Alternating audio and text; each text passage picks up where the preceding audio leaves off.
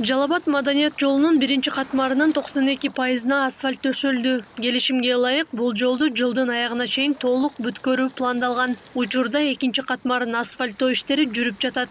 Негизи өзү общий бизде 67 километрдей жолду оңдошубуз керек болсо, анын биринчи катмарында 9 сантиметр асфальт каралган, биринчи катмары.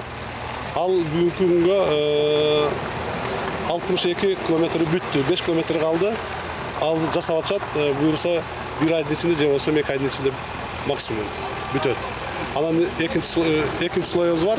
Экинчи слойдон 67 километрдин 17 километр бүттү, 50 километр бар.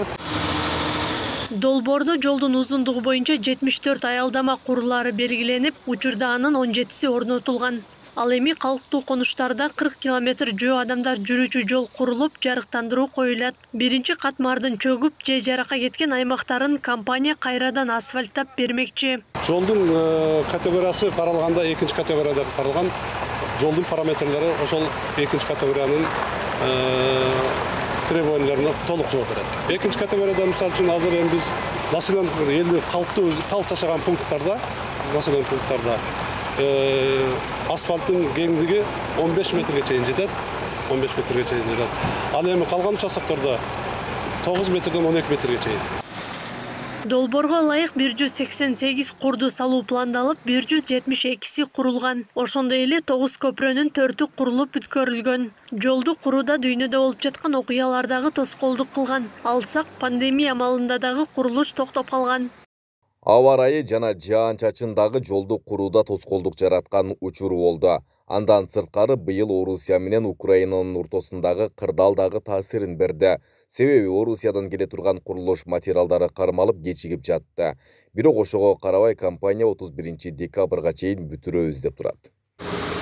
Ош-Бишкек трассасынын бул бөлүгүндө дагы унаа тынымсыз каттайт. Мындан улам унаа айдагандар асфальттоо иштери тезирээк бүтсүн деген тилекте турушат. Себеби жолдо жүрүүнүн ыңгайсыздыгы, чаң жана унаа тыгыны байма-бай катталып, айдоочулардын шаштысын алууда. Эми жолдун оңдоп атат, эми немелер оңдоса тезирээк бүтсө бизге жакшы да ошо.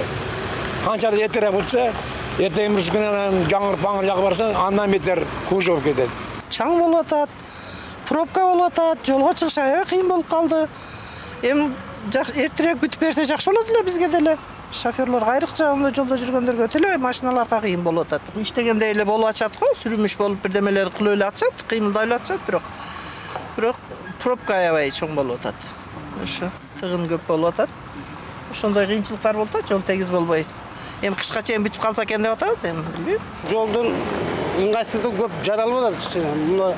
Айдоочуларга ыңгайсыз жаралып атат. Эми биз дагы ойлойбуз, эми болушунча бир мүмкүнчүлүк болушунча бир эртерээк бүтүрүп өз жолун өз нугуна койгондо жакшы болот эле деп атабыз эми. Бирок жакшы канча дагы иш жумуш болуп атат. Жалал-Абад маданият жолунун курулушу 2018 жылы башталган. Тендерди азербайжандык Азверт компаниясы утуп, 67 чакырым жолдун салынышын $52 миллион баалаган. Аклай Карабаева, Аскар Маматисаков, Регион.